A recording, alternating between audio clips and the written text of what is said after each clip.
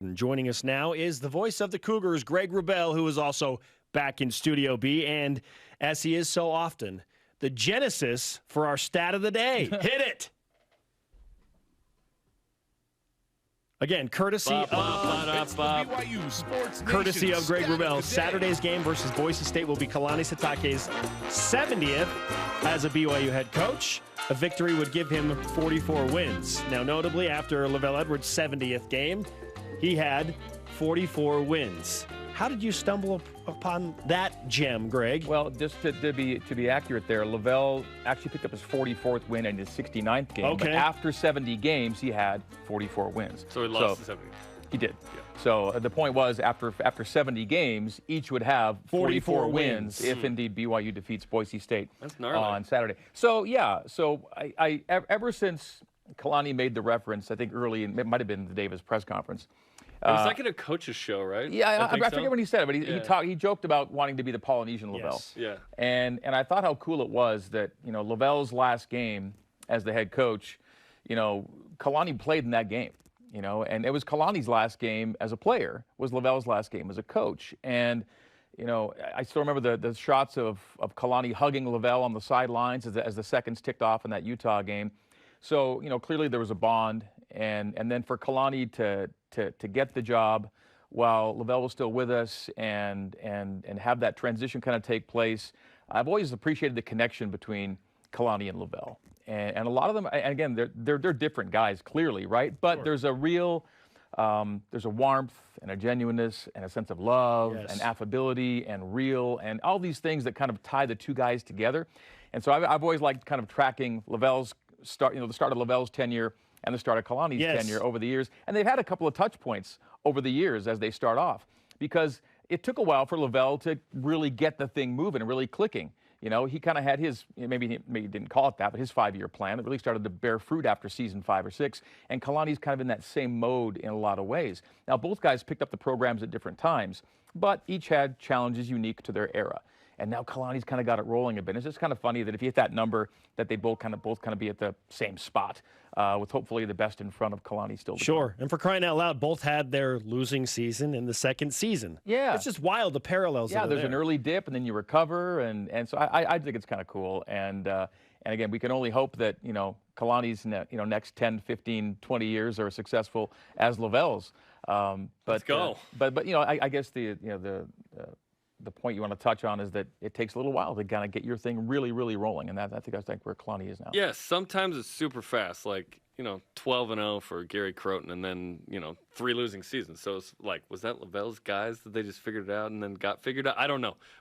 And then sometimes it takes a few years. Okay, so this Saturday, we're talking about if Jacob Conover's the guy. How confident are you BYU beats Boise State? What's your opinion? Very. And I think the fact that, you know, coaches ID'd Jacob Conover as the guy that won the game Friday at Utah State. It took him a little while to get kind of, you know, going a bit in that one, to warm up a little bit. But when it came right down to it, he made the plays that BYU needed to keep that offense, you know, rolling and scoring and winning that game. And so I don't know that A-Rod called a whole lot different for Jacob. And I mean, it's a deep quarterback room, right? And even when he was just playing scout team last year, you know, Jacob Conover was opening eyes with this team and his teammates. Now, you know, might BYU run a little more this week? Maybe, but BYU already runs more than it passes. And Boise's, you know, vulnerability right now is on the ground. And so you might see a more ground-heavy game. It could be a function of weather, too. If it's a wet, rainy day, you might be wise to not have Jacob, if Jacob's the guy, throwing it that often. And let's also, you know, note that, you know, Jaron Hall's on the comeback trail here, too. Like, he's getting better. And so, you know, we can't count anybody out right now. And hopefully, you know, these 2 weeks where Jaron hasn't had to play will ultimately pay dividends for BYU and get him better ASAP. I like getting my name mixed in a lot with Jaron. It's happening a lot. Jaron and Jaron? Yeah. It's understandable, We're going to start right? a pod. Okay. Jaron and Jaron? Yeah. Good luck with that. All right, Boise State 2-3. A lot of emphasis and focus has been put on the record through 5 games. But Jerem and I feel still that Boise State is a very talented team. In your preparation and in your study of the Broncos, what are they? What is their identity as a team right now with a record of 2-3? Well, as Brent Musburger would say, his guys in the desert. I'll also agree with you guys. And Boise is a 2-3 team that's favored. It's expected to be right there with BYU in this game. And look who they've lost to, right? It was UCF away from home. It was Oklahoma State, and it was Nevada with a big second half. Not terrible losses, but 2-3 still 2-3. And it was, there are 2 home losses as well. That's the other thing too. How often does Boise have 2 home losses this early in the season, let alone in a season? So there are some vulnerabilities, and ultimately, we saw BYU totally shut down a Utah State run game that had all kinds of room to run against Boise State, and so I think BYU is going to have to explore the holes that have been present on the ground, to see where that takes BYU, because they're really vulnerable. They're around 100th in both rush yards allowed per game, but more importantly, rush yards allowed per carry. And conversely, BYU is like top 50 in rush yards per game, but like top 30 in rush yards per carry. When the Cougars choose to run, they do it really, really well. And this might be the game where you simply choose to run a bit more based on how Boise's giving it up, how great BYU's been on the ground, and maybe even weather plays a function if it is indeed a rainy game. And maybe freshman quarterback, like we were talking about. Right, all just these make things, it easier, yeah. right? Yeah. Okay, so 5-0 start. This has been incredible, right, for BYU number 10. What's been sort of the most surprising part of this for you? Maybe how clean BYU's been, with a lot lost on the offensive line, and then injuries hitting an offensive line. There's been a lot of shuffling up front in the front 5.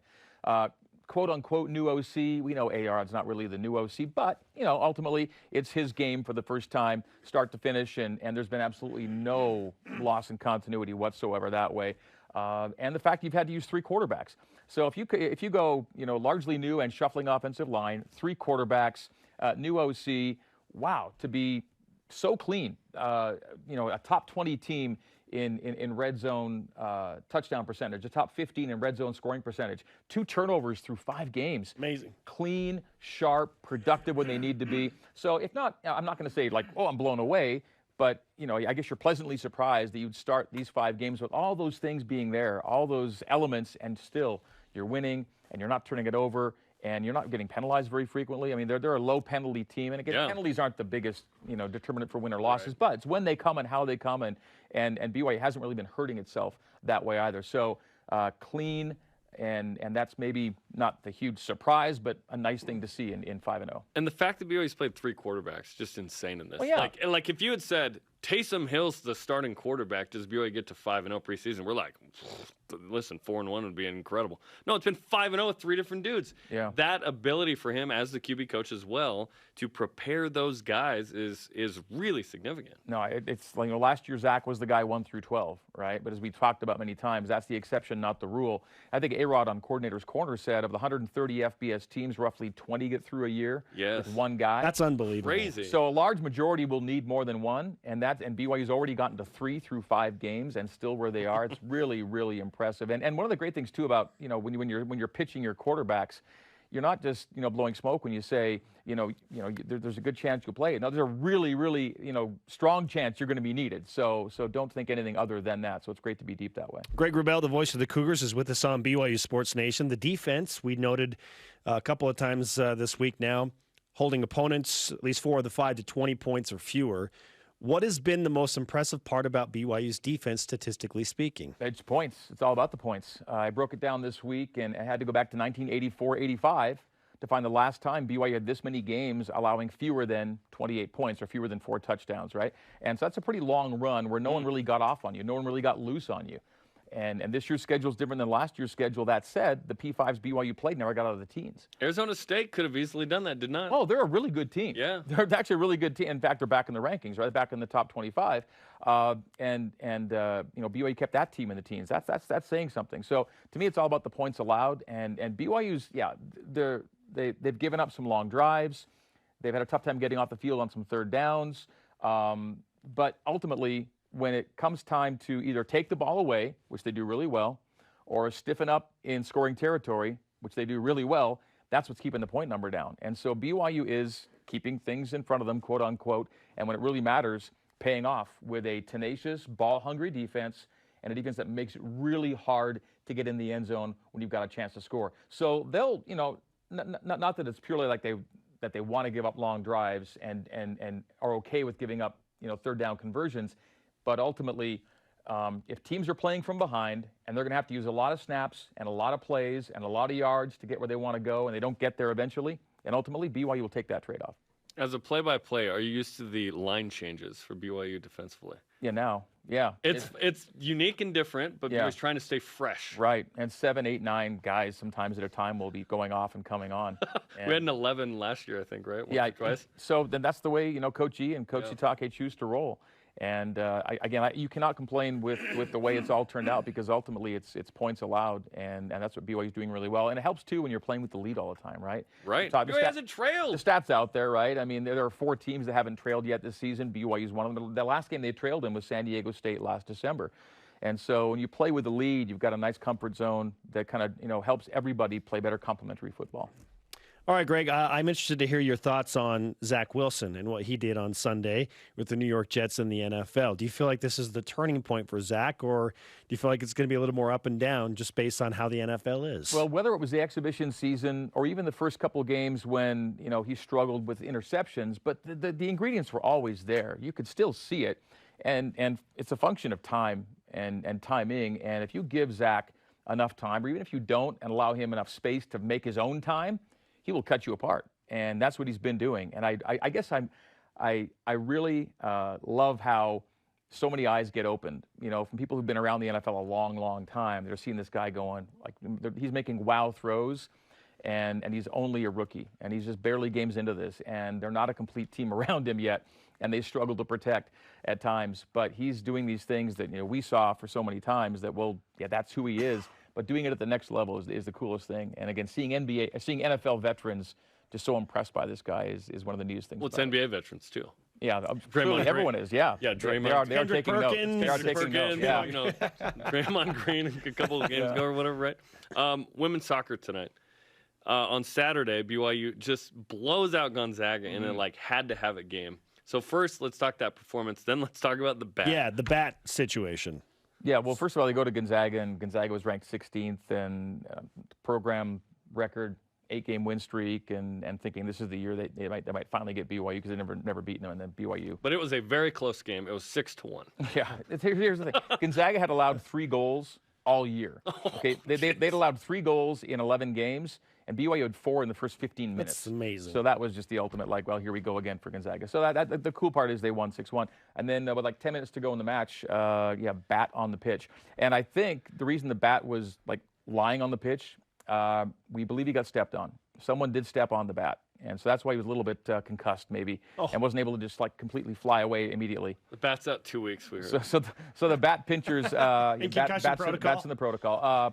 So the pinchers came out, and they were ready to take care of it there up in Spokane, and they did. Manu Ginobili was not around. No, I did mention, is not going to sue anybody. Mention Manu on the broadcast. I'm not there to swat it down. But once he was being taken off, he spread those wings, and that was not a small little fruit bat. This was. What are we talking about here? This was a scary movie bat. This is a Halloween bat. Yeah. Holy cow! Wow. Have you seen a bat at an event before? Was that the first for you? The Manu Ginobili one. Where you were. No, I don't recall being at an event where a bat was present. Yeah. Other than a baseball game where there are many bats. Many bats. Yeah. So many bats. All right, Greg, we look forward to your call on BYU Radio tonight. I'll be called on BYU TV with Carla Swenson Haslam. And bring a poncho. Yeah, that's the thing. Yeah. Rain in the forecast. It's okay. We played through it. Thanks for the time and the insight. Always my pleasure, guys.